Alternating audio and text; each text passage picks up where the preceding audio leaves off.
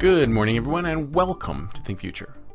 My name is Chris Kalaboukis, and once again, we're coming at you live from deep in the heart of Silicon Valley, California. We're talking innovation, startups, the future. Not necessarily those, and not necessarily in that order. If you're watching on YouTube, smack that subscribe button and hit that bell so you can be notified when a new show comes online. And if you're listening on your favorite podcast service, please subscribe and please drop a note on Apple Podcasts. I'd greatly appreciate it. Now, if you are interested in coming on the Think Future podcast as a guest, please go to the website at ideateandexecute.com and look for Get Interviewed. You can set up a 10-minute prep call. We can discuss your contributions to the show. I'd love to have you on. If you're providing any kind of service or interested in discussing with corporate innovators, startup founders, anybody who's interested in the future, if you're breaking down barriers on bringing innovative products out to the door or helping people embrace change or change in general, love to hear from you. Love to hear from you. So what are we talking about today? Well, let me think. What are we talking about today? I don't remember what we're talking about today. Oh, yes.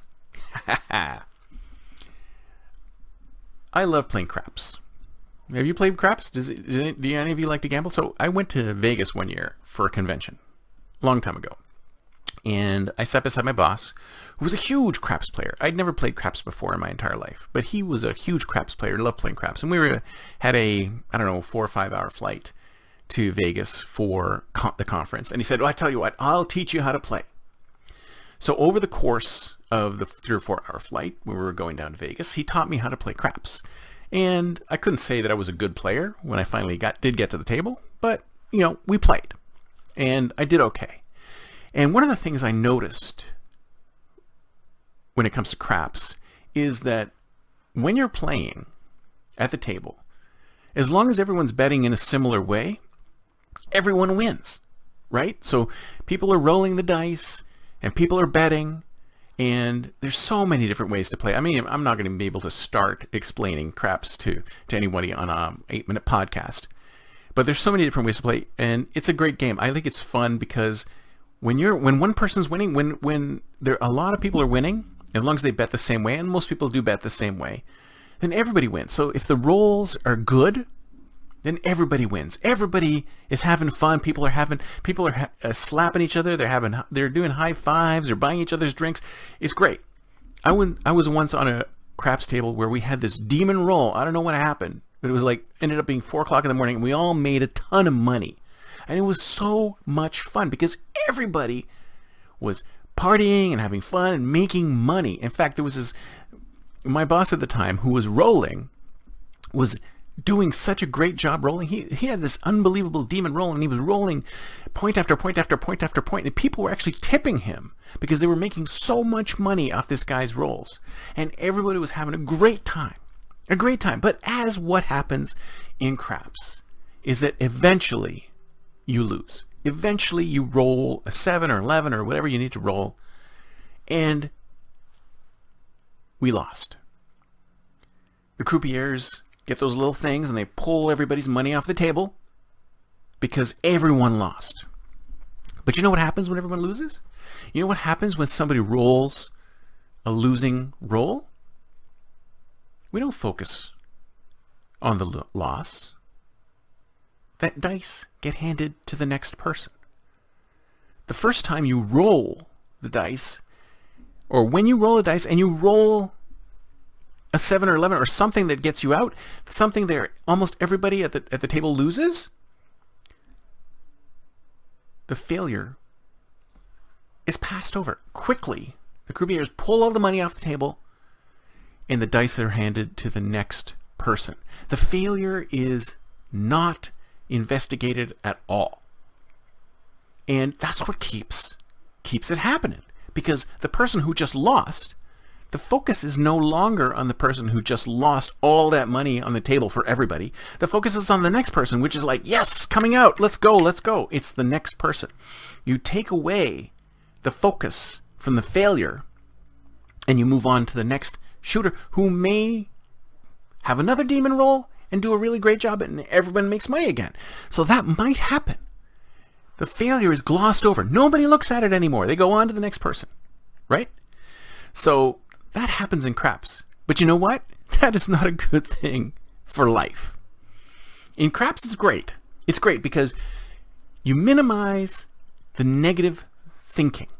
You just move on. Move on to the next thing. So maybe some personal losses, that's what you should do. Just move on to the next thing, because you can't really go back. You can't really undo the thing that was done, the thing that happened, the failure, the horrible thing that occurred. But what you can do is think about the failure. Don't gloss over the failure like you do in craps. Think about the failure. Why did it fail? What was the problem? Dissect the failure.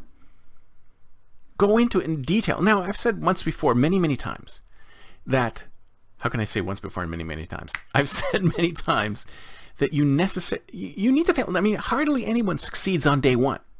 Failure is how we learn. If we didn't fail, we would never learn. As human beings, from the moment we're born, we try things and then we fail. We fail constantly through our lives.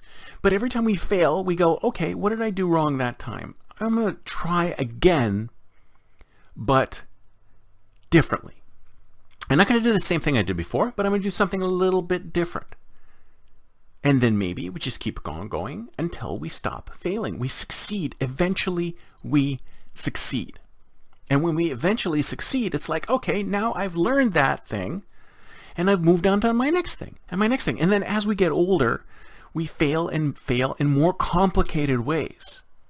But there's always some failure there that triggers the learning to the next thing. So it's not like playing craps at all. So don't treat your failures like playing craps. Don't just move to the next thing immediately and get on with it.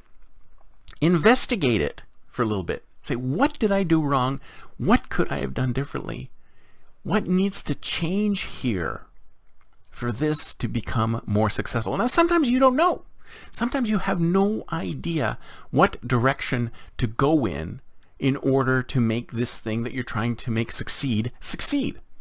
So don't pick a direction. Just don't go the same way you did before. Pick a different direction. Go a different way. Try something new. See if that works. And if that doesn't work, try again. Keep failing until something works. And if you don't know what direction to go in, that's perfectly fine. Just go in a different direction than you went before. Don't do the same thing over and over and over again, because as Einstein said, that is the definition of insanity. Slightly different. Learn from your failures.